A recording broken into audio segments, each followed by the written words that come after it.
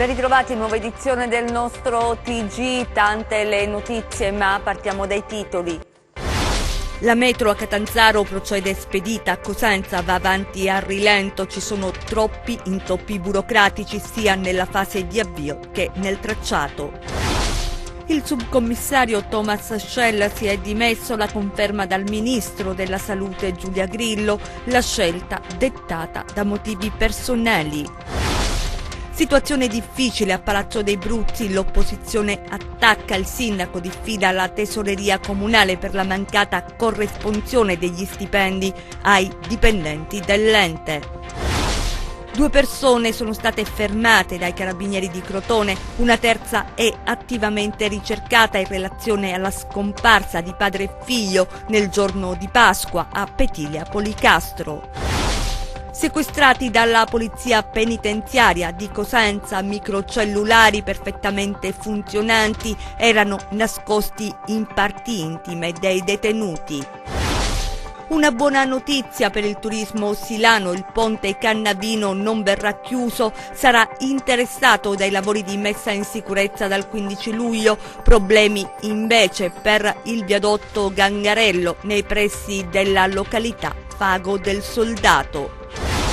L'attaccante Embalo, secondo quanto si è appreso, non vestirà più la maglia del Cosenza. Il ragazzo ha firmato un contratto per 4 anni con una squadra di prima divisione belga.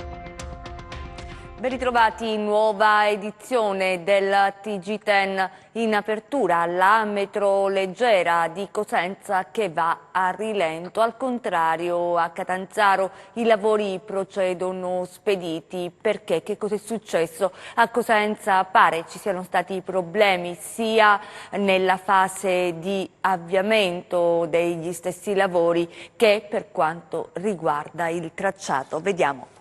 La metropolitana leggera a Cosenza si farà, se lo chiedono in molti. Oggi è la Regione a far sapere che sì, i lavori sono stati avviati ma procedono a rilento. In particolare il Comitato di Sorveglianza sulla programmazione e sulla spesa dei fondi comunitari 2014-2020 che controlla l'asse 4 del programma operativo regionale Calabria relativo alla mobilità sostenibile fa sapere che la spesa finora certificata, il riferimento al sistema di collegamento metropolitano tra Cosenza, Rende e l'Unical è di 2.800.000 euro. L'importo complessivo è di 156 milioni.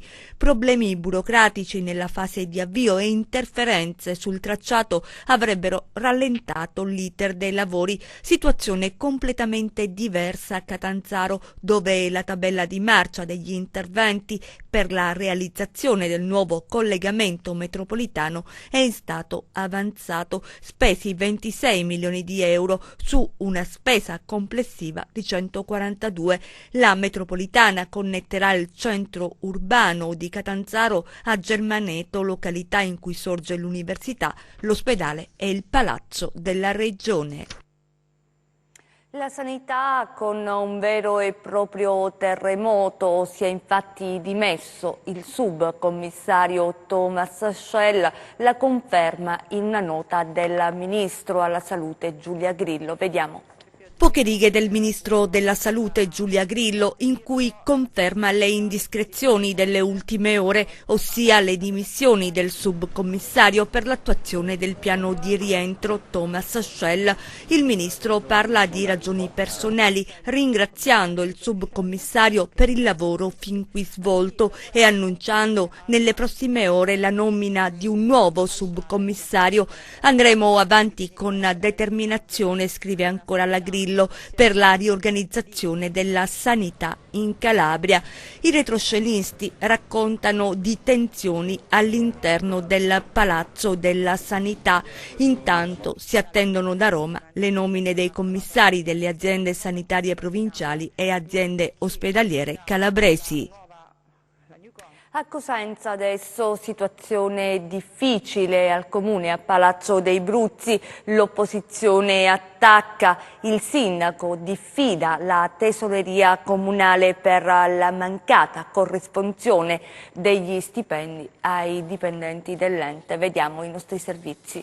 Ormai diciamo L'opposizione denuncia i conti non tornano. Per i consiglieri di minoranza il comune di Cosenza è sull'orlo del dissesto. Lo hanno ribadito nel corso di una conferenza stampa convocata a Palazzo dei Bruzzi. L'attività che ha svolto fino adesso questa giunta rischia di portare il comune di Cosenza al dissesto finanziario ed economico. Si parte dal mancato pagamento degli stipendi ai dipendenti comunali. Non era mai accaduto, sottolineano. Il comune di Cosenza non è nelle condizioni di coprire tutte le spese ordinarie e obbligatorie come il pagamento degli stipendi. Questo è sintomo di una situazione grave che impone una inversione a 360 gradi. Un passaggio poi sulla situazione di Ecologia Oggi. Ma non possono essere i lavoratori a pagare lo scontro che c'è tra l'amministrazione comunale di Cosenza e Ecologia Oggi. Le opposizioni si soffermano anche sulla questione relativa ai dirigenti vincitori del concorso. Se la Giunta provvederà oggi o domani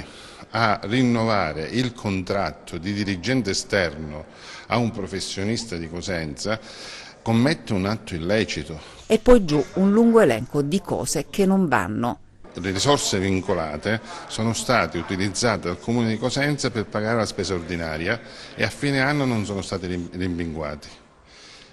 Ci sono per esempio immobili, la vendita degli immobili, l'azione degli immobili comunali preventivate per 11 milioni di euro e invece sono stati incassati se no 500.000 euro.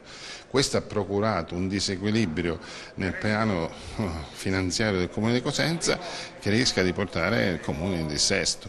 Ma a quanto ammonta il buco nelle casse comunali? Io spero che non sia come la vicenda del Comune di Reggio Calabria. Mi fermo qui. Questa dunque la denuncia dell'opposizione, ma oggi cosa chiedono i gruppi consigliari di minoranza? Di mettere mano a questa situazione facendo un'operazione verità alla città e tentando tutti quanti insieme di evitare il dissesto finanziario del Comune di Cosenza. Avrei voluto che l'opposizione in Consiglio Comunale fosse venuta appunto in Consiglio a discutere di queste pratiche, perché tutto quello che noi stiamo facendo dal 2011 ad oggi, e questi sono conti pubblici, perché i bilanci sono pubblici e sono facilmente riscontrabili da chiunque, anche da un ragioniere alle prime armi, basta vedere i debiti che c'erano nel 2011 e il deficit di bilancio anche dovuto a queste spese eccessive di personale in esubero, di situazioni anche legate a sussidi che c'erano in quegli anni precedenti e quello che c'è oggi. Noi oggi abbiamo risanato di moltissimo la situazione finanziaria del Comune e riteniamo di poter dimostrare appunto che nei prossimi anni possiamo portare il Comune nel risanamento totale. La Corte dei Conti regionale pensa che, così come pensava nel 2013 quando ha bocciato il piano, che questo non sia possibile. Adesso noi abbiamo fatto le controdeduzioni e quindi ci sarà la discussione il 19 luglio mi pare. Dopodiché potremmo, nel caso di decisione negativa della Corte dei Conti regionale, potremmo fare opposizione alle sezioni riunite come abbiamo fatto nel 2013, poi nel 2014 le sezioni riunite ci approvarono il piano. Sostanzialmente si verifica quello che si era già verificato, ma parliamo sempre di debiti del passato e di deficit finanziario che stiamo ripianando, che riguarda la situazione passata, quindi non è cambiato nulla, anzi oggi le casse del Comune e la situazione complessiva è molto migliorata rispetto a prima. Gli stipendi addirittura per la prima volta è avvenuto che la tesoreria comunale ha trattenuto le somme del Comune prendendosele in acconto rispetto alle anticipazioni che ha fatto a gennaio, ma poi erogata ad aprile. Sostanzialmente ce l'ha erogato il mese passato e adesso tutto quello che incassa se lo tiene come decurtazione rispetto alle anticipazioni che noi dovremmo restituire a fine anno. La tesoreria che cosa ha fatto? Ha bloccato un po' le somme del Comune, le ha trattenute a deconto delle anticipazioni già date al Comune, come è avvenuto come avviene, come è avvenuto sempre e come è avvenuto anche quest'anno. È una cosa assurda, non so come abbia potuto fare, ho diffidato la banca, quindi spero che nelle prossime ore di avere una risposta positiva. Questa è la diffida che il sindaco di Cosenza ha inviato al tesoriere comunale, invitandolo a voler eseguire immediatamente e senza dilazioni i mandati di pagamento degli emolumenti del personale dipendente dall'ente, Qualora dovesse permanere questo stato di cose, saranno adottati i provvedimenti necessari previsti dalla legge al fine di evitare paventati problemi di ordine pubblico. Nella diffida viene anche citato l'intervento del prefetto di Cosenza che il 28 giugno scorso ha segnalato al tesoriere del comune di Cosenza lo stato di agitazione del personale dipendente. Cosa accadrà adesso? Non ci resta che aspettare.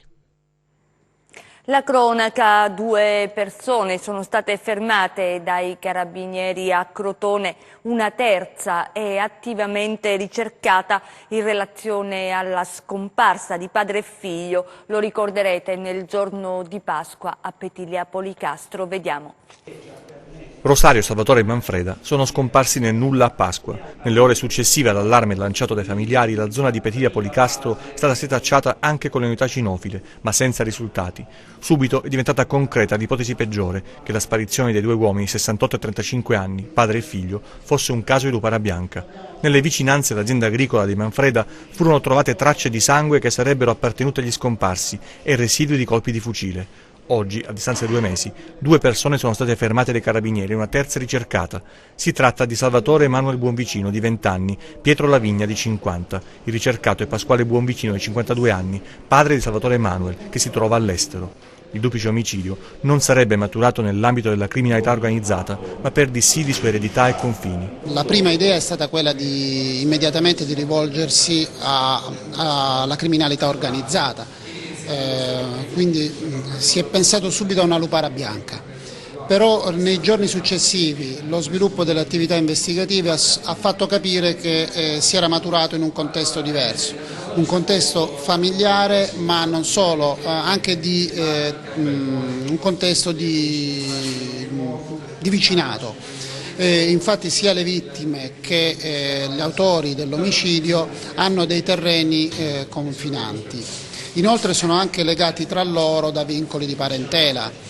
Questo ha portato poi ad accertare che nel tempo c'era stato tra di loro una serie di discussioni, di litigi, di minacce dovute ad invasione di terreni da parte degli animali, del bestiame, ma anche una vecchia questione che riguardava l'eredità di un terreno. Oltre alle poche tracce rinvenute, sono stati di supporto agli inquirenti il ritrovamento dell'auto dei Manfreda data alle fiamme, le immagini da videosorveglianza e un'intuizione relativa a un pick-up che quel giorno trasportava balle di fieno. L'analisi dei tabulati e le immagini delle auto interessate ha consentito di ricostruire il percorso dal luogo dell'omicidio al luogo dove è stata rinvenuta l'auto delle vittime bruciata.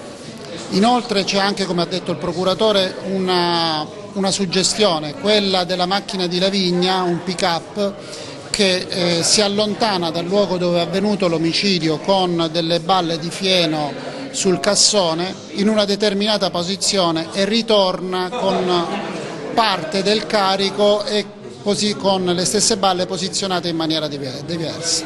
Questo fa sospettare che questo sia stato il trasporto dei corpi delle vittime. I 3 sono accusati di omicidio, occultamento di cadavere e porto e detenzione illegale di arma. Gli elementi sono gravi, sono specifici, riferiti a un lasso di tempo molto limitato, circoscritto ad uno spazio, a un territorio che quella mattina non vedeva la presenza di nessun altro se non delle vittime e delle persone che sono state fermate. Da Crotone a Cosenza, perché in carcere sono stati sequestrati dei microcellulari, i detenuti li hanno trovati nelle parti intime di alcuni detenuti. Queste e tante altre notizie nelle nostre brevi di cronaca.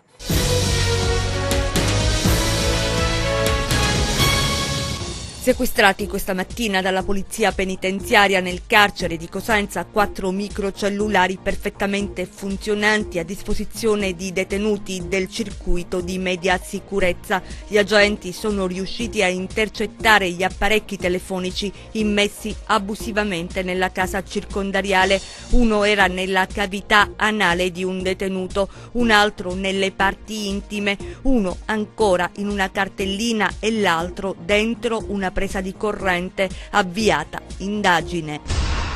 I carabinieri del RIS questa mattina a Placanica nel Reggino per gli accertamenti nella cappella della Madonna Addolorata, dove si troverebbe nascosto nel sottotetto il corpicino di un bambino. La denuncia in una lettera anonima alla redazione del programma televisivo Chi l'ha visto. Il mistero risalirebbe a 40 anni fa.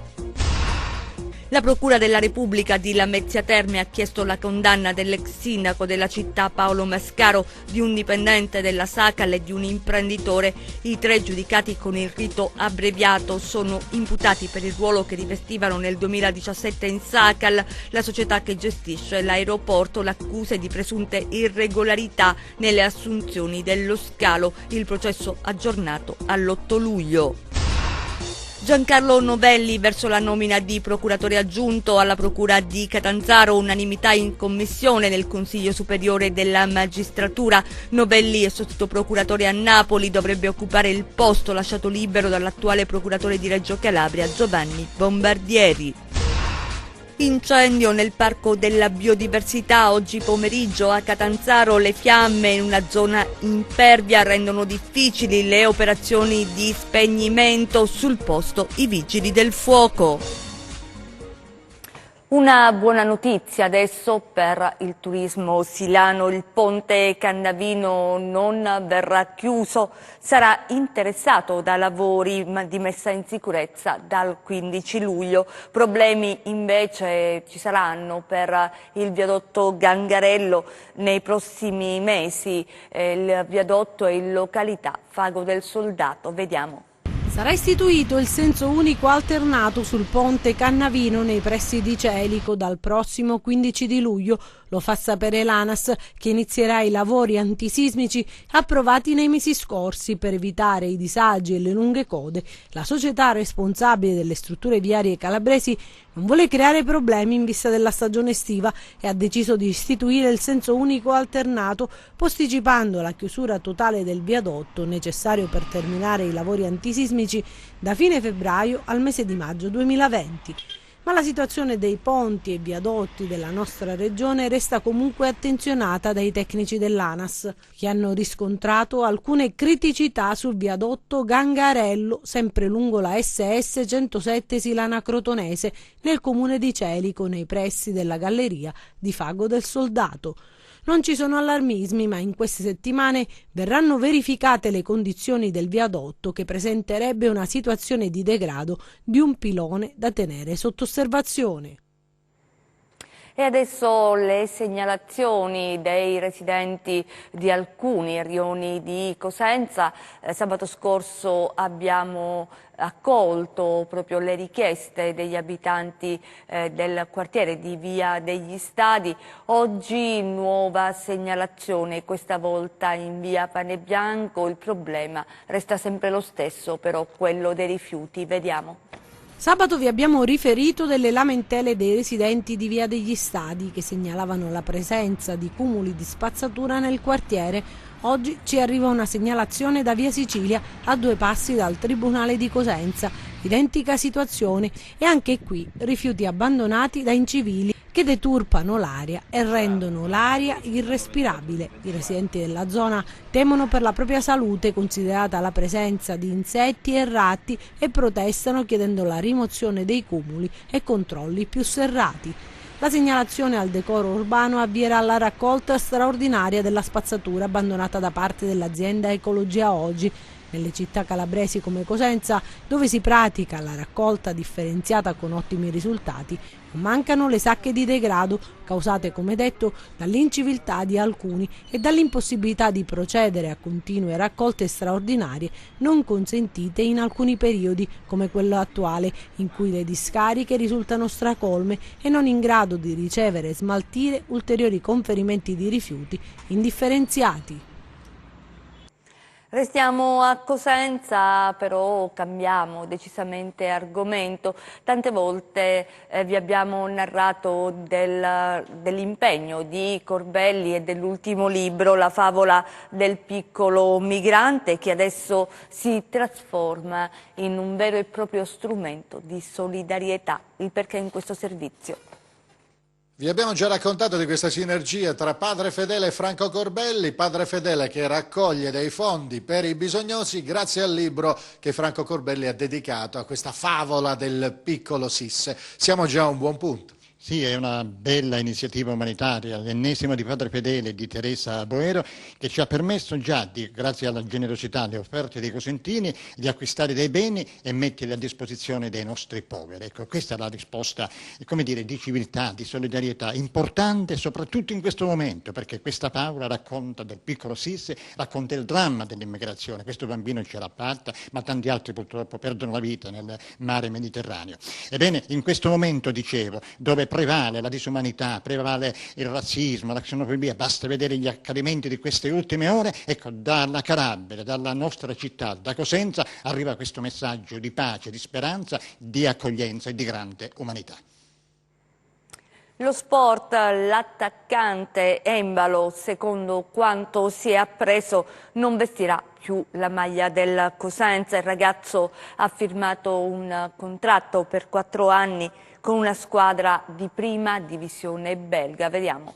Svolta nella corsa a Embalo, l'esterno d'attacco avrebbe raggiunto un accordo quadriennale con l'Eupen, formazione belga che avrebbe beffato la concorrenza della Salernitana. Il classe 94 aveva aperto in settimana ad una possibile scelta estera in attesa di offerte concrete dall'Italia. Il Cosenza continua a flirtare con Palmiero, si lavora per avere una corsia preferenziale con il Napoli. Nel weekend i lupi hanno messo le mani su Riccardo Moreo che può tornare in sci in prestito. Il Crotone è ad un passo da Bellodi, affare mai realmente in discussione, nonostante l'inserimento del Chievo. Maxi fronte aperto con l'Ascoli, che ha richiesto sia Marco Firenze che Andrea Barberis, in attesa di affondare il colpo sull'attacco. Contatto nelle scorse settimane tra il Catanzaro e il Cosenza, le Aquile hanno richiesto informazioni su Saracco e Tiritiello, la formazione di Auteri caldeggia sempre di più il ritorno di Sarao e insegue sempre Dudu. La regina soffia su Nas che si è liberato a parametro zero dal Monopoli, soffiandolo al Cesena di Modesto. Il Rende è vicino a Figliuzzi dal Crotone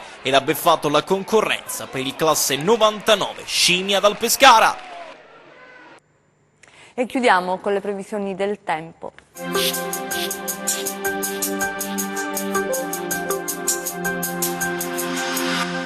L'anticiclone rimane a protezione del Mediterraneo centro-occidentale con clima caldo e tempo stabile. Modesti annuvolamenti relegati sui rilievi nel corso delle ore centrali della giornata. Domani cielo generalmente sereno. Nel corso delle ore centrali, soliti annuvolamenti a sviluppo comuniforme si manifesteranno sui rilievi principali, ma senza fenomeni di rilievo. Temperatura stazionaria. Passiamo ai mari e ai venti.